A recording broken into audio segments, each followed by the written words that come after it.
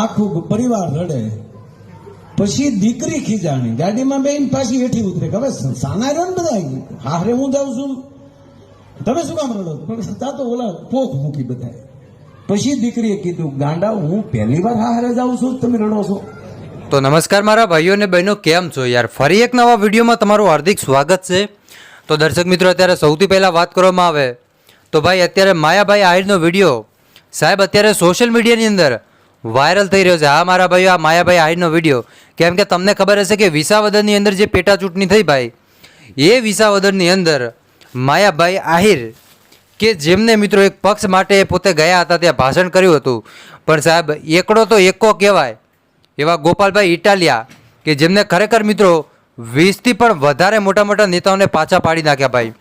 હા જુઓ તમે, ગોપાલ ઇટાલિયાની તાકાત નથી પણ વિસાવદરના જનતાની તાકાત છે ભાઈ, કે આટલો બધો ગોપાલભાઈ ઇટાલિયા ઉપર ભરોસો કરવો. કેમ કે મોટા મોટા લોકો કે જે આવ્યા હતા ભાઈ અહીંયા ભાષણ કરવા માટે, અને હમણાં તમને આગળ આખો વિડીયો બતાવો ભાઈ કે માયાભાઈ આહિરે શું કીધું હતું, બરાબર? હા, એ હમણાં તમને આખો વિડીયો બતાવું છું, જેમાં મિત્રો માયાભાઈ આહિરે કીધું પણ હતું, અલગ અલગ વાતો કરી, કાંઈક કરીને મેળ પડે, પણ સાહેબ મેળ તો પડ્યો નહીં. અને જે લીડ હતી 17,000ની એ લઈને ગયા ગોપાલભાઈ ઇટાલિયા. તો સાહેબ ગોપાલભાઈ ઇટાલિયા જીતી ગયા.